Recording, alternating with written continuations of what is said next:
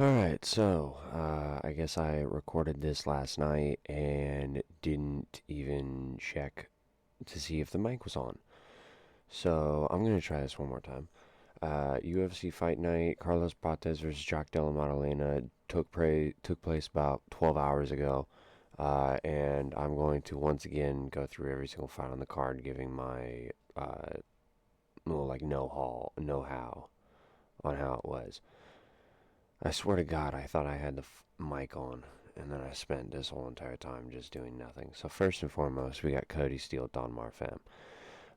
Was very back and forth at the beginning. Not very much happened, but once it got to the ground, Cody Steele just was levels above him. Grabbed the ankle and then twisted around underneath it to get the heel hook submission. Very good to see.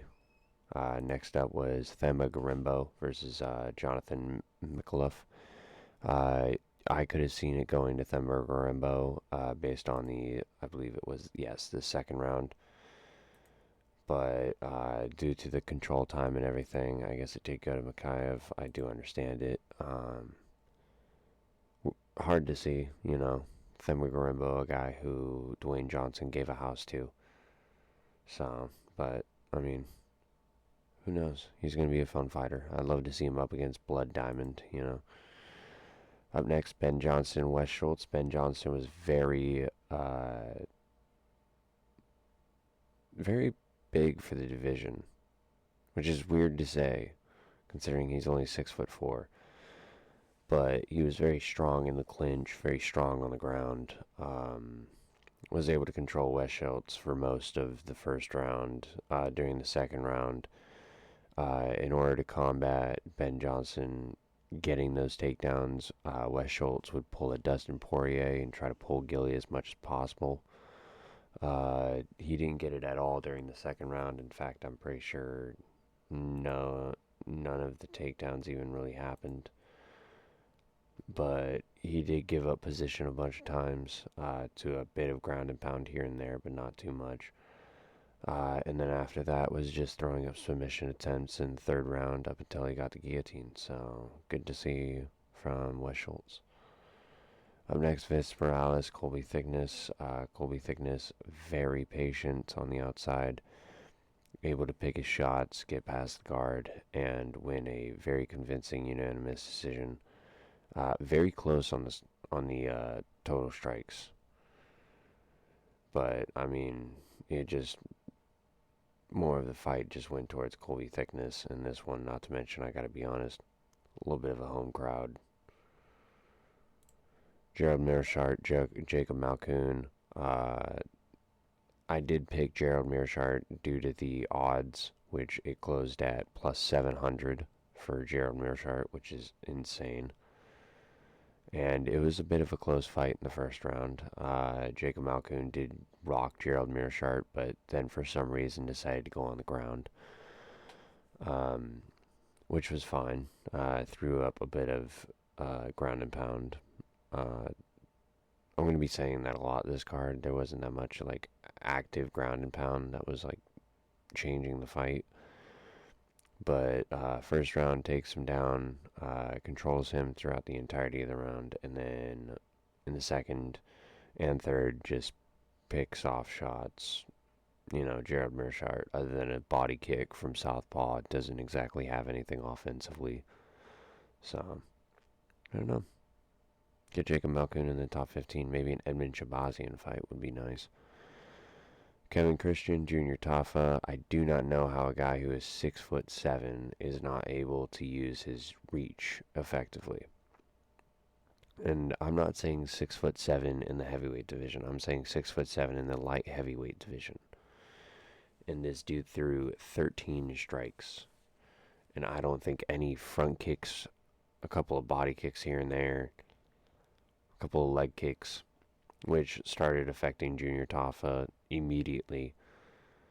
But as soon as Junior Tafa got into range, it was just game over. He was able to pick off his shots and knock out Kevin Christensen.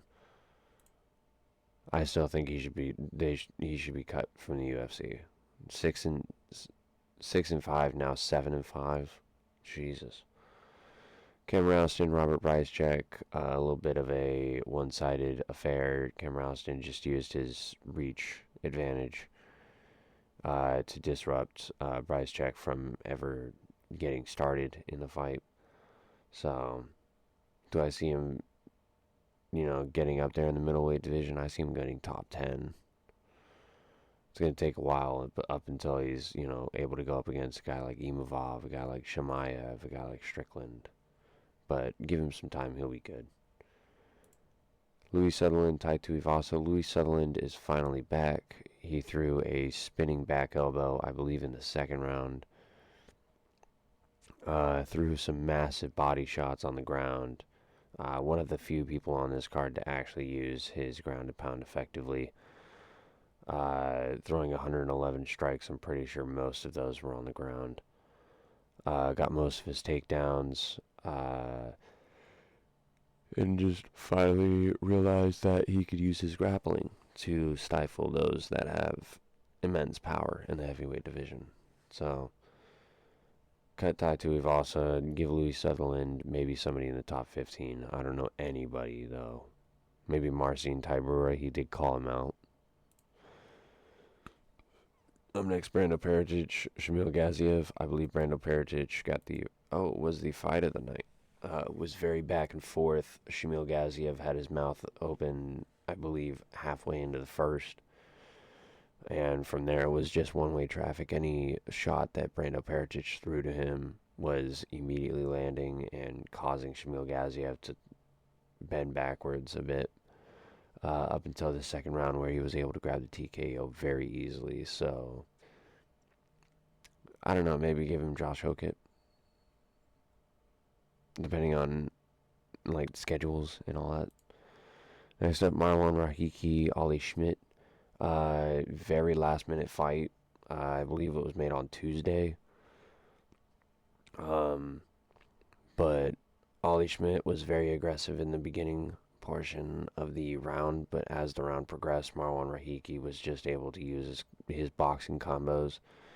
Hit him with a 1-2, step back. As soon as Ollie Schmidt threw his right hand, step back with a hook, dropped Ollie Schmidt, finished him on the ground. Very good to see. Marwan Rahiki's actually turning out to be a very decent prospect in the featherweight division. Next up, Steve Erceg, Tim Elliott. Tim Elliott just didn't put his shots together. None of them really had any power. They were coming out of nowhere. So Steve Erceg wasn't able to capitalize in the first round. But as the second and third round came in, Steve Erceg was able to figure out the footwork, the head movement, and use his boxing to basically just stifle him. The third round was not close at all. And yeah, no, I mean, I think Steve Erceg should fight the loser of Tatsuro Tara and Joshua Van. Depending on who wins, I guess the winner. Next up, Quillen Salkild, Benil Dariush. Quillen Salkild able to use his jiu-jitsu very well to stifle the takedowns, and from there, just able to pick off his shots and dominate. I would love to see him versus the loser of Benoit Saint Denis and Paddy Pimblett. That's happening in France. Would love to see that. Next up, Carlos Prates, Jack Della Maddalena.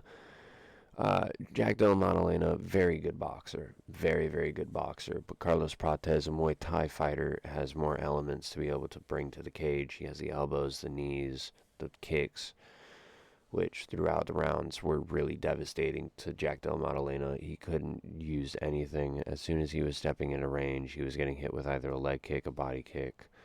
Now, when Carlos Prates was throwing straight punches, he was getting countered very easily, but as soon as Carlos Prates figured that out, it was game over. Those legs were cooked by the third round. I think Jack Della Maddalena is going to fall to like maybe 6. I think Carlos Prates is going to get the next title shot after Ian Gary gets his later on this year. But very interesting to see. I would grade this card about a 6.5, 7 out of 10. I mean, it's an alright card. It was just very sucky for the time, because, my lord, staying up till 5 o'clock in the morning. I feel so terrible today about all this. So I guess I will catch you guys in the next one. I'm going to go get a nap done, and I'll see you guys in the next video. Peace.